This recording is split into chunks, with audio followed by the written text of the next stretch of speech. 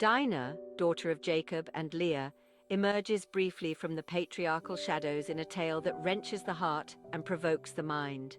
In Genesis 34, her story is a blip in the expansive biblical narrative, yet it encapsulates a profound saga of betrayal, violence, and the quest for justice. This part introduces the pivotal characters: Dinah, the somewhat obscure daughter; Shechem, the prince enamored by her; and Jacob, the father whose reactions shaped much of the ensuing drama.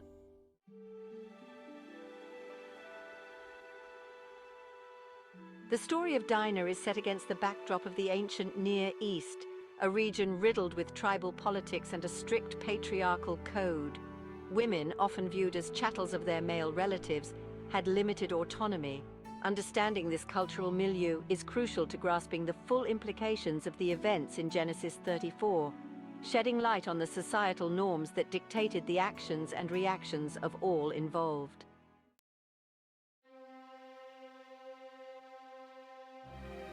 Dinah's venture out to visit the women of Shechem was more than a simple social call.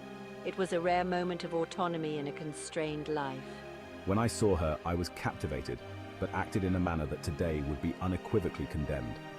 The scripture bluntly describes my initial act as rape, yet paradoxically, it also notes my deep affection and desire to wed Dinah.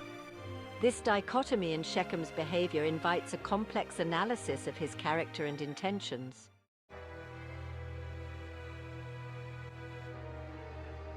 Jacob's reaction to his daughter's defilement is perplexingly subdued. The patriarch, typically a decisive leader, opts for silence, perhaps awaiting the return of his sons. This part explores possible reasons behind Jacob's restrained response, which ranges from political cautiousness to personal shock, highlighting the patriarchal priorities of the times.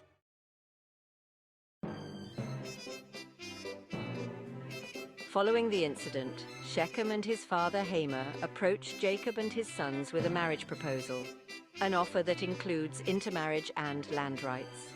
Father, I believe this union can bring our peoples together, not just through marriage, but also through shared prosperity and land. Indeed, my son.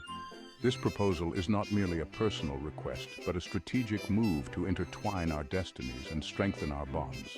This section delves into the political and social undercurrents of this proposal, examining how it reflects the practices and diplomatic strategies of ancient tribal societies.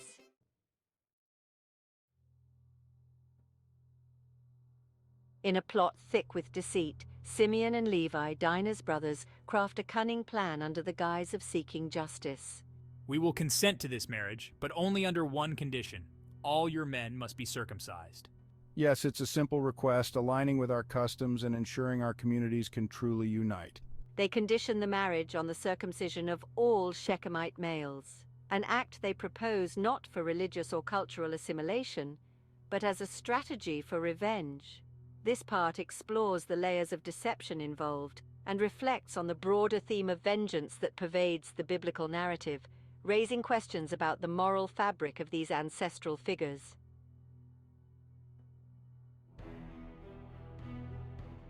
Three days post-circumcision, while the men of Shechem are still incapacitated by pain, Simeon and Levi execute a brutal massacre.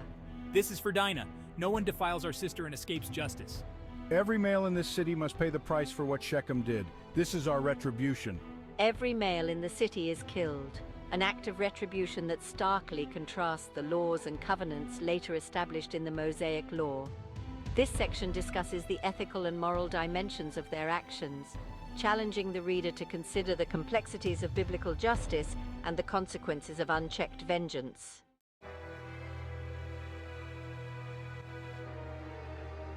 The aftermath of the massacre leaves Jacob's family in a precarious position.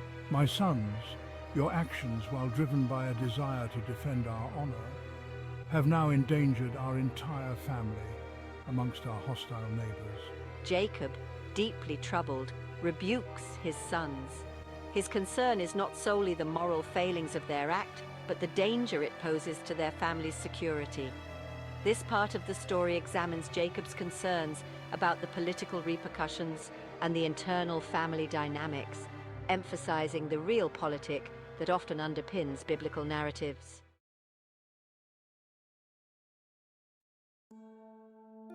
Genesis 34 raises profound theological questions about divine justice, human agency, and moral accountability. This section explores various religious interpretations of the story, discussing how different faith communities have understood and integrated the lessons of this troubling episode.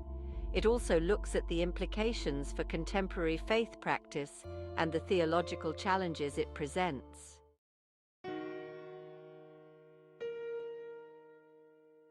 Remarkably, Dinah herself is voiceless throughout the narrative.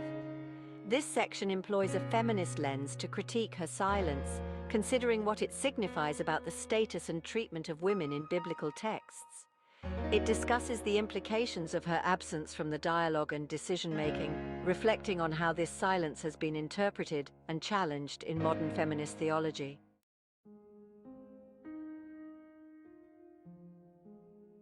By comparing Dinah's story with other biblical tales of deception, violence, and family dynamics, such as the stories of Tamar and Joseph, this part highlights recurring themes and motifs in the biblical text.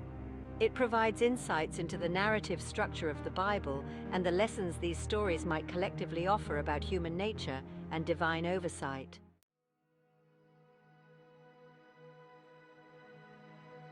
Despite its ancient origins, the story of Dinah remains profoundly relevant today. This section discusses contemporary issues mirrored in the narrative, such as the quest for justice in the face of violence, the complexities of intercultural interactions, and the ongoing struggle for women's rights and recognition. It reflects on how ancient texts can inform modern ethical and social debates.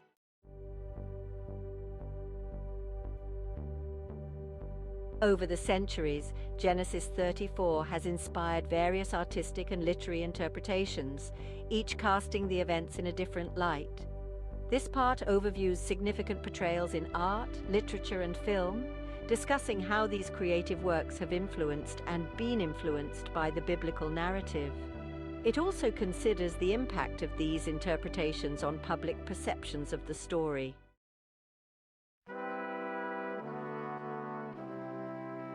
The story of Dinah, as recounted in Genesis 34, is a complex tapestry woven with themes of betrayal, justice, and the human condition. This essay has explored the multiple dimensions of the narrative, from its historical and cultural context to its modern-day implications and artistic renditions. As we reflect on Dinah's story, we are reminded of the enduring power of biblical narratives to challenge, instruct, and provoke thought across the ages.